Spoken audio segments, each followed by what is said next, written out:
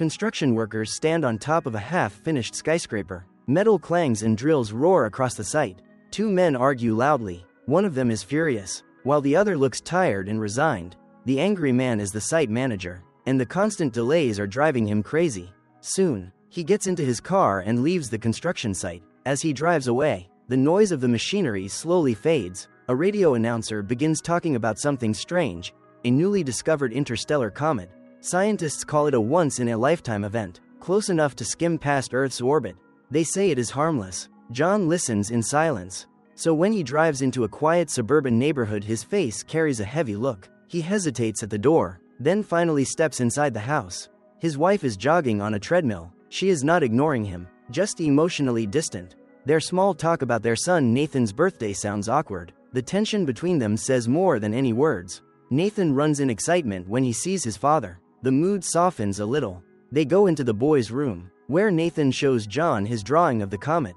On the bed, the two share a quiet moment, but it is quickly interrupted by the reminder that Nathan has diabetes and depends on insulin. Reality is never gentle for long. Later, the three of them watch the news together. The editors talk again about a massive chunk of ice and rock moving at incredible speed, followed by hundreds of fragments trailing behind it.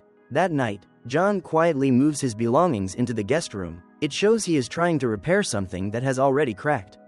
In the morning, the comet appears on the news again. This time the smaller fragments might fall to Earth, but scientists still reassure everyone that there is nothing to worry about. But life does not stop because of reassurance. John is cleaning the barbecue grill for Nathan's birthday party when Allison reminds him to buy the last few missing items. He takes Nathan with him.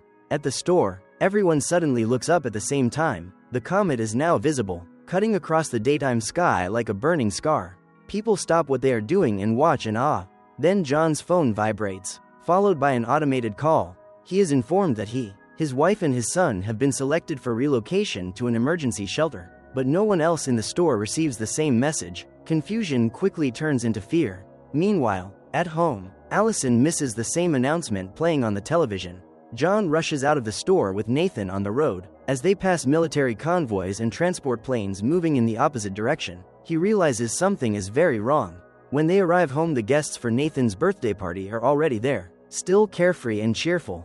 John pulls Allison aside and asks if she received the warning. She brushes it off, thinking it is just a government drill, but the look in his eyes tells her it is not a joke. They return to the living room just as everyone is watching a live news broadcast. One fragment of the comet is predicted to land in the Atlantic Ocean.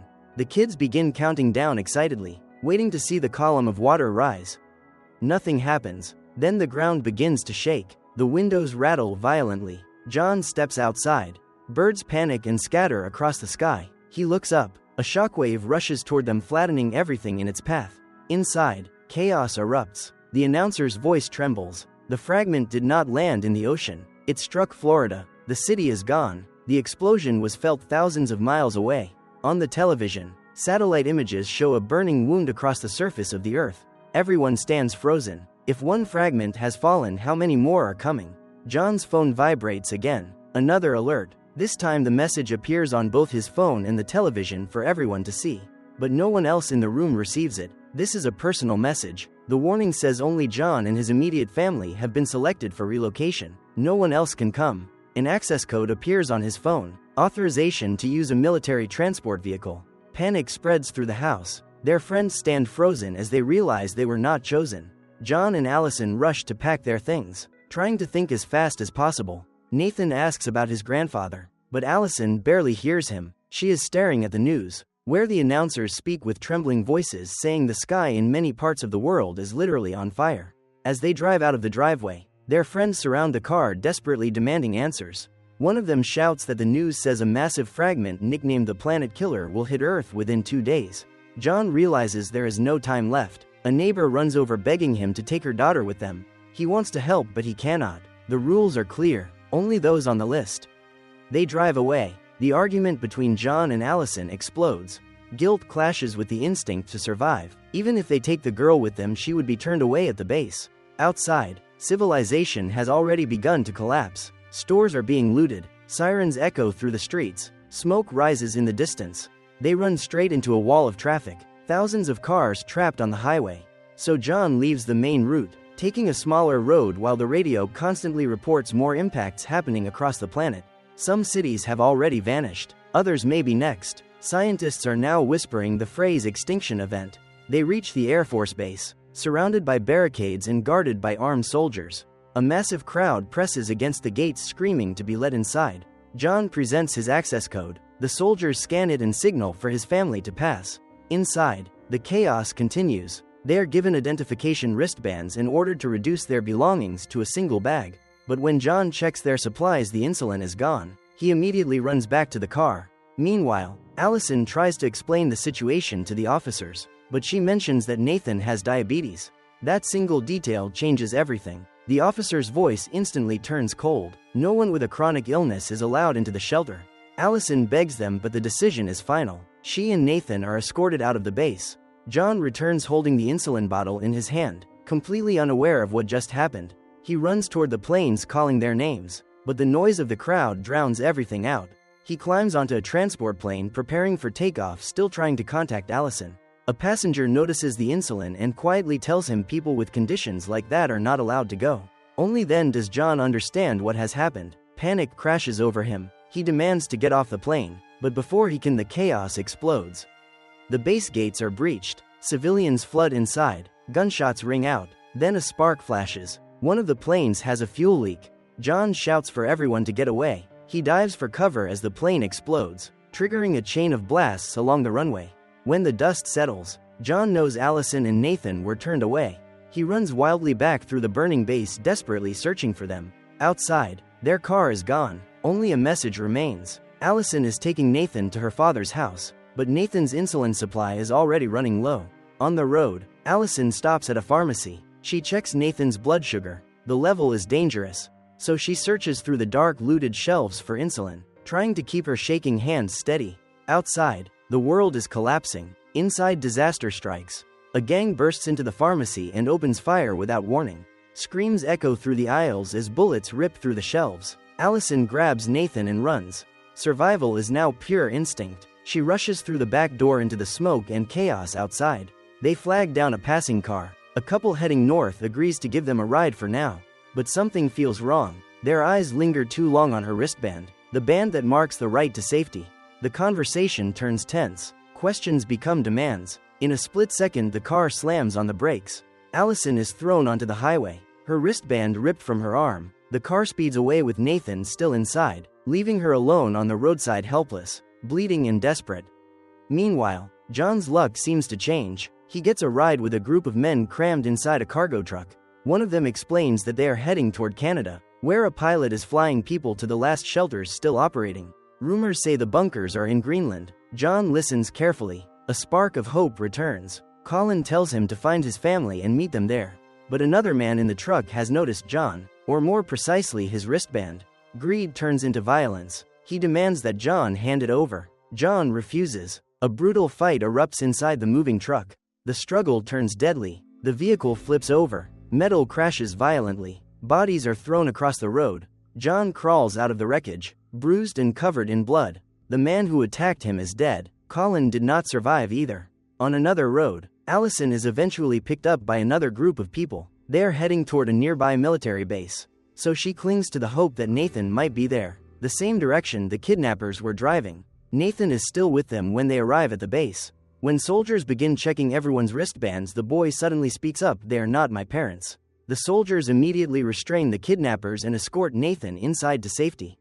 Hours later, Allison also arrives at that base. She searches in panic from tent to tent, until she finally sees Nathan. Relief breaks through her exhaustion when she learns her son has been treated and given insulin. A nurse offers help and arranges for Allison and Nathan to board a transport heading toward her father's city, promising to provide enough medicine before they leave. Meanwhile, John breaks into an abandoned house looking for water and food. He turns on a television that is still working. An emergency broadcast confirms the worst. The main impact will happen in less than 24 hours. So John wastes no time. He finds car keys in the house and drives across the ruined highways straight toward Allison's father's home. When he arrives, the old man is calmly playing cards with friends. One last normal night before the end of the world. John asks about Allison. The tension between them is still there, but the situation leaves no room for pride. So they set their differences aside. The comet is getting closer, and the only thing that matters now is finding Allison and Nathan before it hits. At the same time, Allison and Nathan stop at a gas station and manage to call home.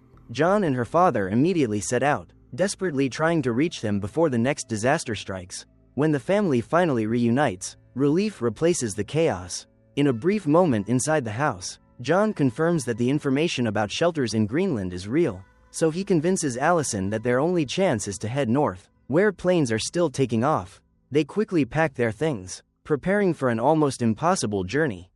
Allison's father refuses to go with them. He has accepted that he will stay behind. Suddenly, a massive comet fragment crashes into the horizon. The explosion shakes the windows. The shockwave tears through the air. There is no time left to argue. They say their goodbyes. Allison's father hands John a gun, a final gesture of trust before the family drives away. On the road, John and Allison finally reconnect with each other. The disaster has stripped everything away, leaving only love and the instinct to survive. They promise each other they will survive no matter what. But the road ahead is hell. A roadblock stops them in the middle of the highway, and the sky begins to rain fire.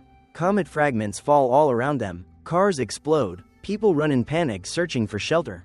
John swerves out of the line of vehicles and drives through the burning debris. Allison shields Nathan in the backseat while John searches for any place to hide.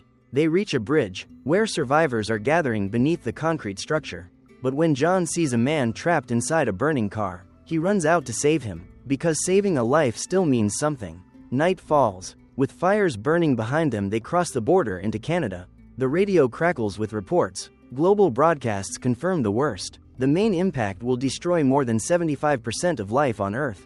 Time is running out as they drive through endless fields of snow. They see planes taking off. The final waves of evacuation. A small aircraft is still on the runway, its engine roaring to life. John accelerates and blocks the plane, forcing the pilot to stop. The pilot hesitates. The aircraft is already overloaded, but John's desperation changes his mind. They climb aboard. The engine lifts them into the gray sky. John falls asleep, dreaming of the past, memories of the peaceful life before everything collapsed. When he wakes up, the plane is descending toward Greenland, the final refuge of humanity. For a moment the world still looks intact, empty but safe. Then the sky flashes. A massive comet fragment slams into the ocean, creating a monstrous shockwave that tears through the air. The plane shakes violently. Both engines fail. The pilot struggles to control the fall. The aircraft crashes onto a glacier, sliding across ice and debris until the fuselage breaks apart. The pilot is trapped and dying. John cannot save them. In the distance he sees a military aircraft landing, so he leads the survivors across the frozen surface, moving toward that final hope. Soldiers quickly load them into trucks and race toward the underground shelters. As the vehicle drives deeper inside, alarms echo through the tunnels. The planet killer has entered Earth's atmosphere. Impact in just minutes. Steel doors slam shut. The walls tremble violently. John pulls Allison and Nathan close to him. Then silence. A rush of memories flashes through his mind. Everything fades into white. 9 months later, the world lies silent. Cities reduced to ash. Mountains torn apart. The air still thick with dust. Then a radio suddenly crackles to life. A voice cuts through the static. Radiation levels are safe. Survivors confirmed. The heavy shelter doors slowly open. 3 people step out into the cold light of a new world. The land ahead is devastated, but life remains. A single bird flies across the sky, fragile yet resilient, a sign that life has returned. As the Earth continues turning beneath the sun, radio signals begin to echo from across the continents. Humanity has survived, and the story ends not with destruction, but with rebirth.